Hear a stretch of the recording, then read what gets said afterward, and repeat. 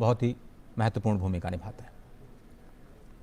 और world trade organisation के director general goji ओकोंजो-इवियाला, जो पहली महिला डायरेक्टर जनरल रही हैं डब्ल्यूटीओ की और पहली अफ्रीकी नागरिक जिन्हें डब्ल्यूटीओ की अध्यक्षता मिली है, गोजी ओकोंजो-इवियाला, जो ग्लोबल फाइनेंस एक्सपर्ट हैं, इकोनॉमिस्ट हैं, Asia, Africa, Europe, Latin America, north America में काम करने का इन्हें 40 वर्षों का अनुभव रहा है और अंतर्राष्ट्रीय विकास के विशेषज्ञ इन्हें माना जाता है और फिलहाल डब्ल्यूटीओ की अध्यक्षता संभाल रही हैं। 21वीं सदी के लिए डब्ल्यूटीओ को तैयार करना, डब्ल्यूटीओ में रिफॉर्म, इसकी लगातार बात करता रहा है भारत। और प्रधानमंत्री मोदी ने भी स्पष्ट तौर पर डब्ल्यूटीओ में रिफॉर्म्स की वकालत की और ट्रेड एंड इन्वेस्टमेंट की वर्किंग ग्रुप में डब्ल्यूटीओ मिनिस्ट्रियल मीटिंग में भारत इस मुद्दे पर लगातार बात करता रहा है कि विकासशील देशों को, ग्लोबल साउथ की आवाज़ को डब्ल्यूटीओ में और ज़्यादा तरजीह दी जानी चाहिए। मार्केट एक्सेस में जो विकसित देश हैं, विकासशील देशों की मदद करें। प्रधानमंत्री नरेंद्र मोदी गोजी ओकोंजो-इवियाला डब्ल्यूटीओ के डायरेक्टर जनरल का स्वागत करते हुए।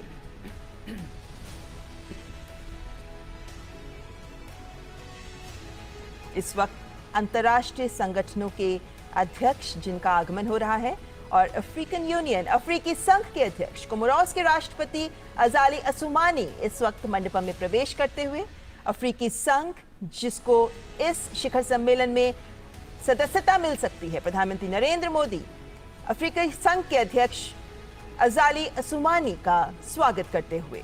और जिस तरीके से गले लगकर गर्मजोशी के साथ हैंडशेक किया जा रहा है, ये बताती है कि अफ्रीकी संघ को G20 शिखर सम्मेलन में सदस्यता मिलने के आसार पूरे हैं। बिल्कुल, ये बड़ी खबर आ सकती है दिल्ली डिक्लेरेशन के बाद कि अफ्रीकन यूनियन को शामिल किया गया है। बहुत ही इंपॉर्टेंट स्टेटमेंट शायद दिल्ली से निकल सकता है। अभी तक अंतर्राष्ट्रीय संगठनों के अध्यक्ष जिनका स्वागत हो रहा था और अब आमंत्रित देशों के प्रतिनिधि और अध्यक्ष, राष्ट्राध्यक्ष जिनका स्वागत करेंगे प्रधानमंत्री नरेंद्र मोदी। और इस वक्त स्क्रीन पर आप देख सकते हैं ओमान के उप प्रधानमंत्री सईद असाद बिन तारिक अल सईद, जिनका आगमन मंडपम में। ओमान की कैबिनेट में सुल्तान के बाद दूसरे सबसे वरिष्ठ अधिकारी उप प्रधानमंत्री ही होते हैं और ऐसे में अपने देश ओमान का G20 में आमंत्रित देश के तौर पर प्रतिनिधित्व कर रहे हैं ओमान के उप प्रधानमंत्री। अतिथि देवो भव की अवधारणा को जमीन पर उतारते हुए भारत मंडपम में G20 की अध्यक्षता और शिखर सम्मेलन से ठीक पहले सबसे पहले अंतर्राष्ट्रीय संस्थान और उसके बाद अतिथि राष्ट्र, उनका स्वागत, ये हमारी परंपरा और बहुत ही इम्पॉर्टेंट इन अतिथि देशों का G20 की बैठकों में शामिल होना, एक ग्लोबल इम्पॉर्टेंस उनके लिए। तो प्रधानमंत्री नरेंद्र मोदी ओमान के उप प्रधानमंत्री सईद असाद बिन तारिक अल सईद का स्वागत करते हुए फॉर्मल फोटो ऑप और आमंत्रित देशों की फहरिस्त में बांग्लादेश की प्रधानमंत्री शेख हसीना, जिनका आगमन हो गया है। बांग्लादेश हमारा बेहद करीबी पड़ोसी देश। कल ही प्रधानमंत्री की बांग्लादेश के साथ द्विपक्षीय वार्ता भी हुई और शेख हसीना, प्रधानमंत्री शेख हसीना और प्रधानमंत्री नरेंद्र मोदी के बीच इस द्विपक्षीय वार्ता में पीपल टू पीपल कॉन्टैक्ट को बढ़ाना, कमर्शियल लिंकेजेस को बढ़ाना, कनेक्टिविटी को बढ़ाने पर बातचीत हुई। प्रधानमंत्री नरेंद्र मोदी बांग्लादेश की प्रधानमंत्री शेख हसीना का औपचारिक स्वागत करते हुए। पड़ोसी देशों के साथ भारत सदा ही अपने रिश्तों को प्रगाढ़ करने में जुटा रहता है और ऐसे में बांग्लादेश, जिनसे हम सीमाएं साझा करते हैं, हमारा एक महत्वपूर्ण पड़ोसी देश। और अब मॉरिशस के प्रधानमंत्री प्रविंद जुगन्नाथ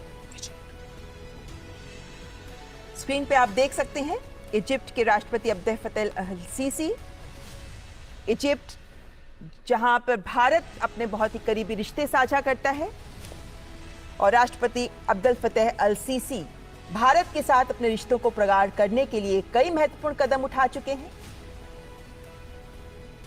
बहुत इंपॉर्टेंट। और आपको ध्यान होगा कि प्रधानमंत्री ने हाल ही में इजिप्ट की यात्रा भी की और बिल्कुल। दोनों देशों और ऐतिहासिक यात्रा, कई सालों के बाद कोई भारत का प्रधानमंत्री इजिप्ट की यात्रा पर गया और बहुत ही गर्मजोशी के साथ उनका स्वागत किया गया और मुझे लगता है कि वहीं पे इनविटेशन प्रधानमंत्री ने दिया और इस वक्त जी। तस्वीरें आपकी स्क्रीन पर। प्रधानमंत्री नरेंद्र मोदी इजिप्ट के राष्ट्रपति अब्देल फतेह अल सीसी का स्वागत करते हुए, हैंडशेक करते हुए। कोणार्क के सूर्य मंदिर से प्रभावित। और इस वक्त मॉरिशस के प्रधानमंत्री प्रविंद जुगन्नाथ मंडपम में प्रवेश कर चुके हैं। मॉरिशस के साथ भी भारत की कल द्विपक्षीय वार्ता हुई। प्रधानमंत्री नरेंद्र मोदी ने मॉरिशस के प्रधानमंत्री के साथ द्विपक्षीय वार्ता की और इस वक्त दोनों देशों के कूटनीतिक संबंधों के 75 वर्ष का जश्न भी मनाया जा रहा है और द्विपक्षीय वार्ताओं में भी फिनटेक, ढांचागत विकास, सांस्कृतिक आदान प्रदान पर भी जोर रहा, क्योंकि मॉरिशस पहला ऐसा देश है अफ्रीकी महाद्वीप का जिसके साथ सेपा भी एग्रीमेंट पर भी आगे हम बढ़ चुके हैं, इसको भी हम साझा करते हैं। तो दोनों देशों के बीच के रिश्ते बेहद महत्वपूर्ण। भारतीय मूल के कई नागरिक मॉरिशस में अपने कारोबारी संबंधों को आगे बढ़ाते हुए स्पष्ट तौर पर नजर आते हैं और मॉरिशस को टैक्स ट्रीटीज के लिहाज से भारत के संदर्भ में काफ़ी महत्वपूर्ण देश के रूप में देखा जाता है।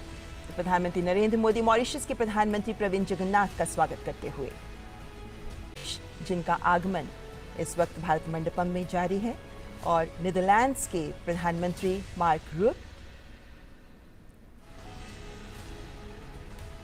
नीदरलैंड्स जो आमंत्रित देशों की फहरिस्त में शामिल है और नीदरलैंड्स के साथ भारत का आदान प्रदान महत्वपूर्ण स्तर पर होता रहता है।